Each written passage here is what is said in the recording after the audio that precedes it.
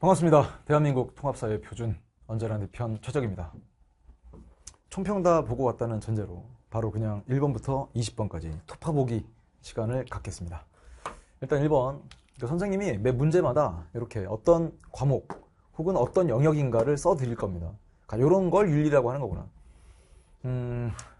중학교 때까지는 뭐 도덕 이렇게 배웠던 걸 고등학교 올라오니까 윤리. 그러면 도덕보다 윤리는 더 고급진 거냐?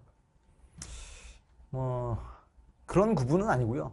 그냥 쉽게 말하면 그냥 우리가 무엇이 선한 것인가, 무엇이 악한 것인가, 무엇이 옳은 것인가, 무엇이 그른 것인가, 무엇이 좋은 거냐, 무엇이 나쁜 거냐, 이런 판단 기준, 이걸 도덕 판단이라고 하는데, 여기 보니까 이 주제가 원래는 인간과 자연의 관계라고 하는 이 3단원에서 배우는, 통합사회 1의 3단원에서 배우는 그 자연환경과 인간 생활이라고 하는 그 큰 단원에 인간과 자연의 관계가 있어요. 그 중에서 인간 중심주의가 있고 생태 중심주의가 있는데, 얘는 결국 읽어보면 생태 중심주의고요.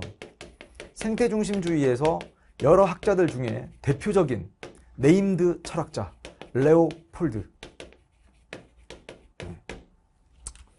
그래서 레오폴드의 주장을 대지윤리라고 줄여서 부르기도 합니다. 그럼 아까도 얘기했죠. 무엇이 옳고 무엇이 그른가. 딱 써있지 않습니까? 어떤 행위가 대지 공동체의 온전성, 안정성, 아름다움을 보전, 지키는 경향이 있다면 그 행위는 옳다. 그럼 뒤집어 볼까요? 대지 공동체의 온전성, 안정성, 아름다움을 깨뜨리는 건 옳지 않다. 이렇게 읽는 거예요. 그래서 원래는 이게 정답률 89%니까 정말 잘 맞췄는데, 이게 그렇게 쉬운 얘기가 아니거든요. 그래서 원래 이렇게 나오죠. 인간과 인간 아닌 존재들이 있죠. 그럼 인간은 이성 가진 존재라고 하죠. 그럼 여기 나와 있는 것처럼 이성을 지니지 않은 개체가 뭐가 있을까? 인간 아닌 동물, 그 다음 식물. 식물은 당연히 인간이 아니니까. 그 다음에 또 자연물들이 있어요. 무생물도 있지 않습니까? 그래서 정말 쉽게 말하면 땅에 뿌리를 받고 자라는 그 식물, 그럼 식물을 먹이 삼아서 또 커가는 동물도 있고, 뭐 우리 인간은 뭐 식물도 먹고 동물도 먹고 하겠지만, 어쨌거나 그렇게 인간 아닌 동물, 그 다음 식물, 무생물. 그러면 인간, 여기까지가 이성을 지닌 존재가 인간이니까 인간이 아닌 개체는 도덕적 고려의 대상이 아니다.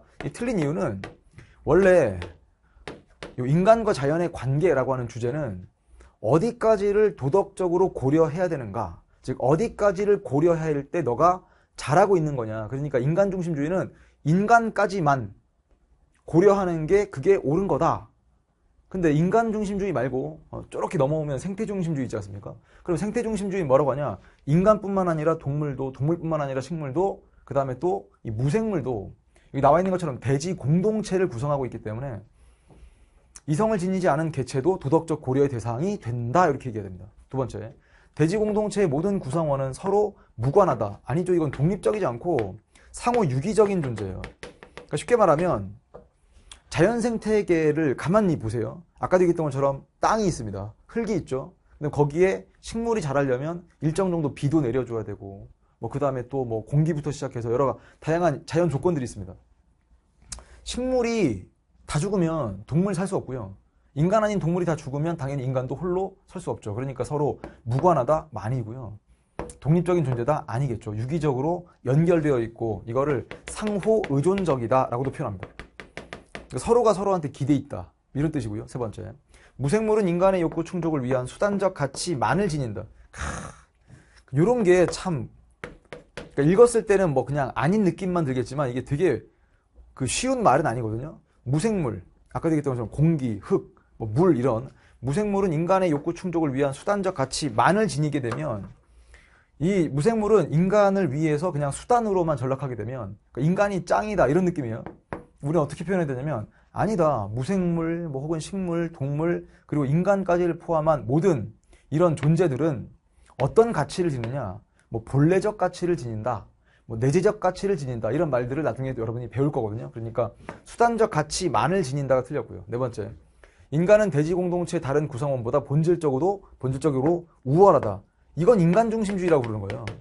말 그대로 사고할 때 인간을 중심으로 사고하는 거. 그러니까 이성 가진 인간이 이성이 없는 다른 개체들보다 우월하다. 그러니까 그런 우월한 인간은 다른 존재들을 전부 다 지배할 수 있고, 인간의 이익을 위해서 인간의 이익만을 위한 봉사, 그러니까 소랑 인간이랑 다르지. 왜? 소는 인간의 이성을 갖지 않았으니까. 그러니까 소는 죽을 때까지 인간한테 봉사하는 거예요.